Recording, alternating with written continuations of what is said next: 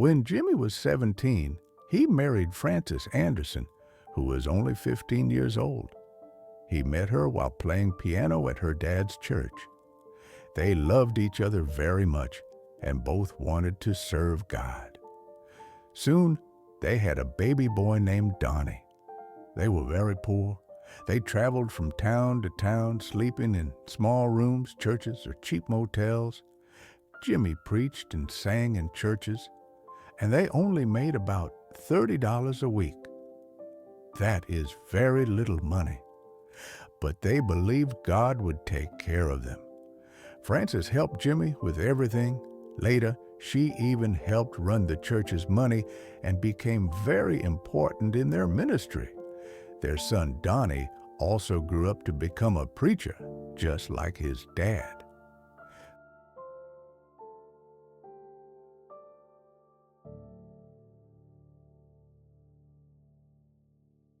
Starting his ministry. In the 1960s, Jimmy began preaching on the streets. He stood on trailers and used his loud voice to tell people about God.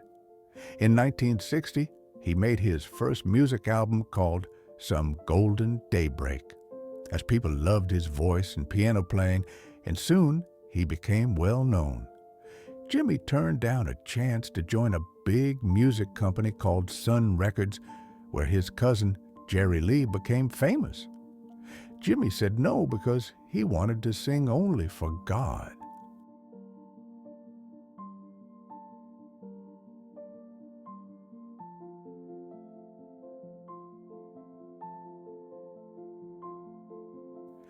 In 1971, he started a radio show called The Camp Meeting Hour.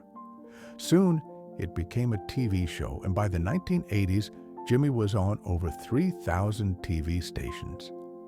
His shows were watched by millions of people all over the world. His church grew very big. He built a big place in Baton Rouge, Louisiana that had a church, a Bible school, a TV studio, a printing press, and over 1,200 people working there. His ministry made about $150 million a year.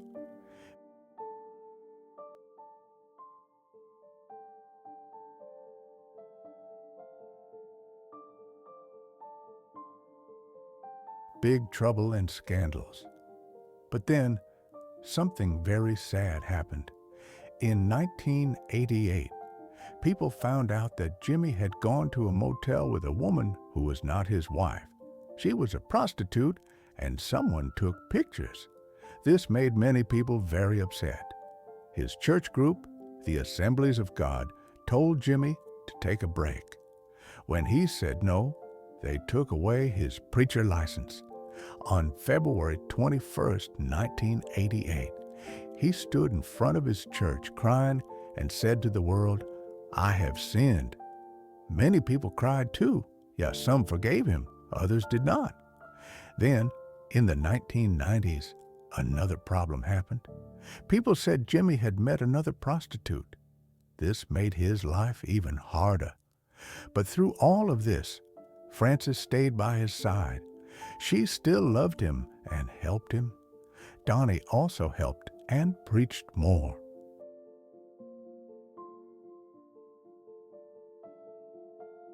Building again.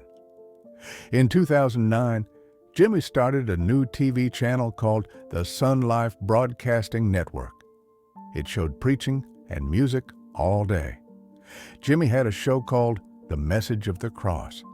Frances had her own show called Frances and Friends. Donnie preached too, and Jimmy's grandson, Gabriel, helped lead the youth group. Even though Jimmy made mistakes, his family stayed strong together and kept the ministry going.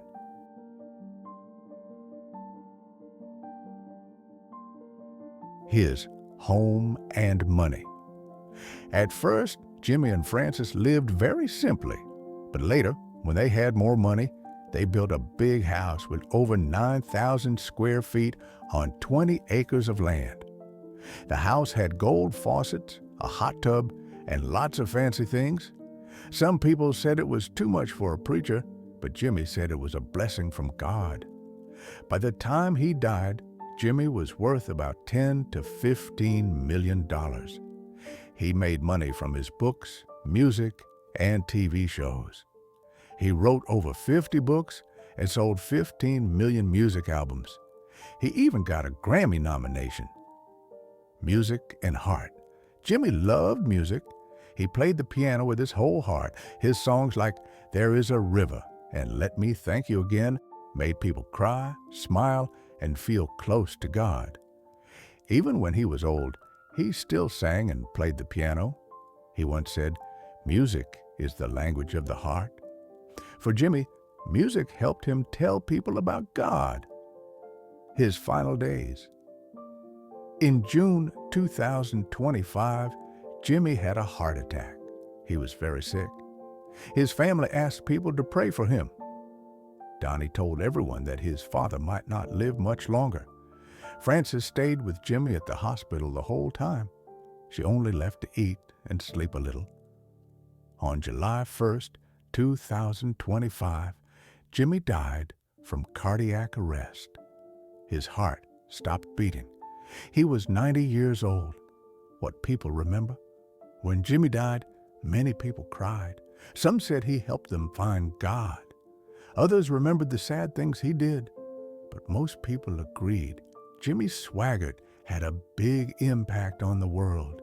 He preached to millions. He sang to millions. He made people believe in faith, forgiveness, and second chances. Jimmy wasn't perfect. He made big mistakes, but he kept going and he never gave up. He believed in God until the very end. Now his family, Frances, Donnie, Gabriel, and many grandchildren are still sharing his message. Thank you for watching. If you like this story, press the like button and subscribe for more amazing life stories. Let us know, what did you learn from the life of Jimmy Swaggart?